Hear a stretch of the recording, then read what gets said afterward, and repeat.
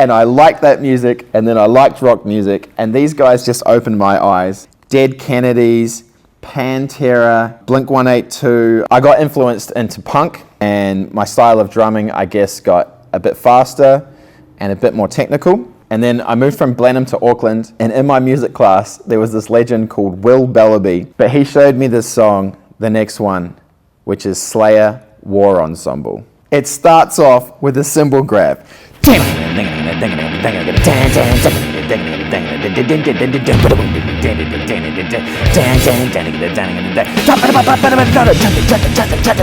It's so fast.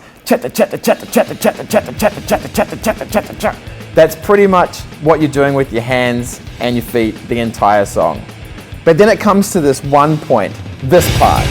I will literally never be able to play this song on the drums. What this guy is doing with his feet, I literally can't do with my hands.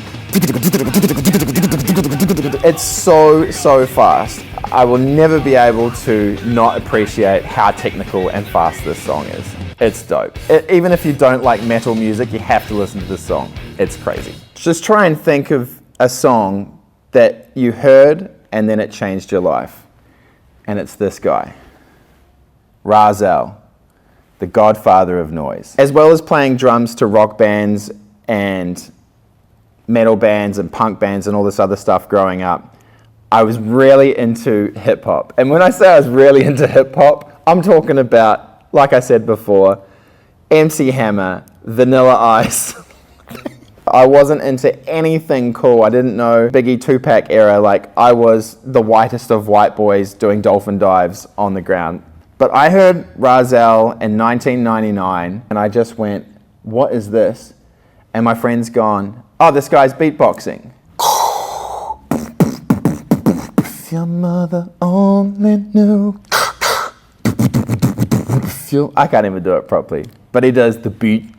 Here's the tricky part. The beat and the chorus at the same time.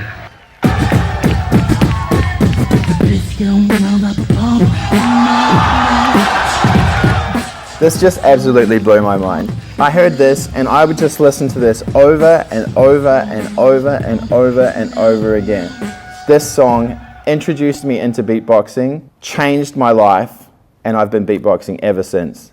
Somehow managed to buy houses out of this, travel around the world, do TV commercials, co-host on a kids' TV show, do voiceovers for a kids' TV show. This beat literally changed my life. From listening to Rahzel, I then was educated that he was part of The Roots. This song is Guns Are Drawn.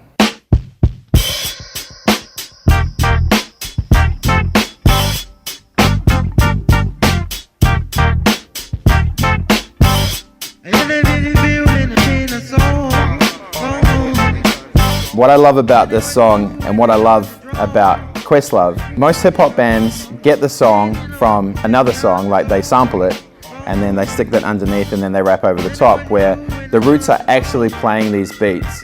And Questlove makes it sound like it's a drum machine, but he's actually doing it. I finished school in 2000 and I used to skate to work, and I had one of those Discmans that you can shake and it doesn't skip the song. And I used to go to this record store in Auckland, which was, anyone from Auckland knows this iconic store, it's real groovy. And I used to buy these CDs that were compilation CDs, Funkmaster Flex, which would just have 30 songs on it. And one day I picked up this CD and it's DJ Z-Trip live at the Future Primitive Sound Session. This CD has a mind-blowing amount of content on it. And there's one song that happens at 18 minutes and 15 seconds, and this happens. It's like King Midas, as I was told, everything that he touched turned to gold. The sample comes from the Take Me to Mardi Gras sample.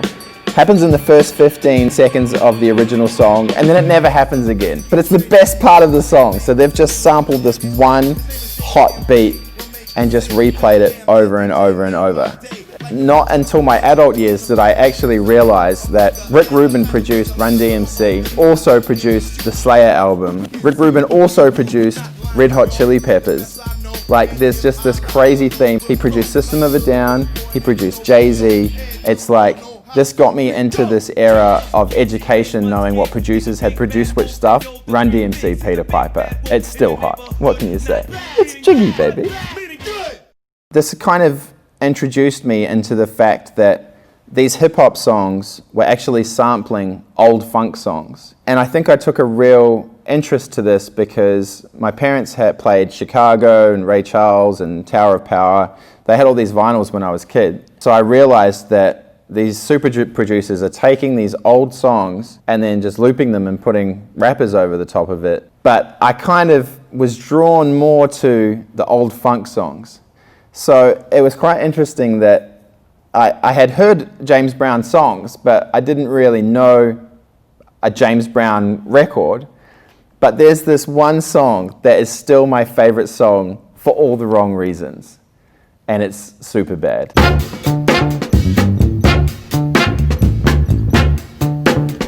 Watch me! Watch me! It's so funny.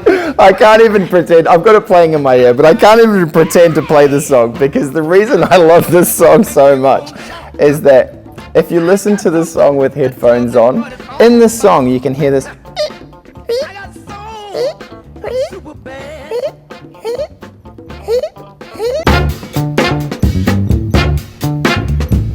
When you put your foot on a kick pedal in 1970, it squeaks. So every time he's bouncing his foot before he puts his foot down, you can hear the squeaking of the kick pedal. So he's playing this sick beat, and you can hear the kick pedal going. If I could listen to one artist for the rest of my life, it would definitely be James Brown. So I'm 21, maybe 22 years old.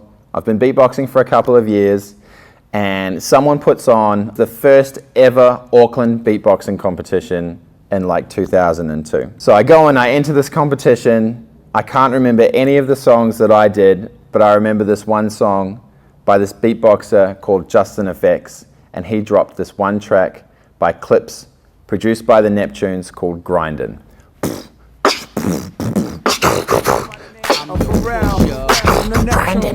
I'd never heard this before. I literally thought that he'd just made this up as a routine. So it wasn't until I got home, did a little bit of research, and I found out that it was Grindin' by Clips, which was produced by Pharrell and the Neptunes.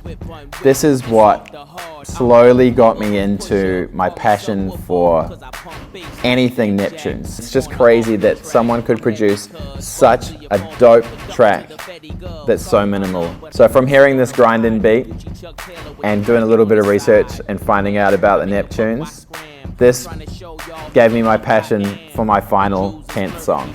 So in the 2000s, it was Pharrell and the Neptunes, and they had this perfect balance of segueing hip-hop into pop. So they worked with Justin Timberlake, Khalees, Kylie Minogue, Nelly, Busta Rhymes.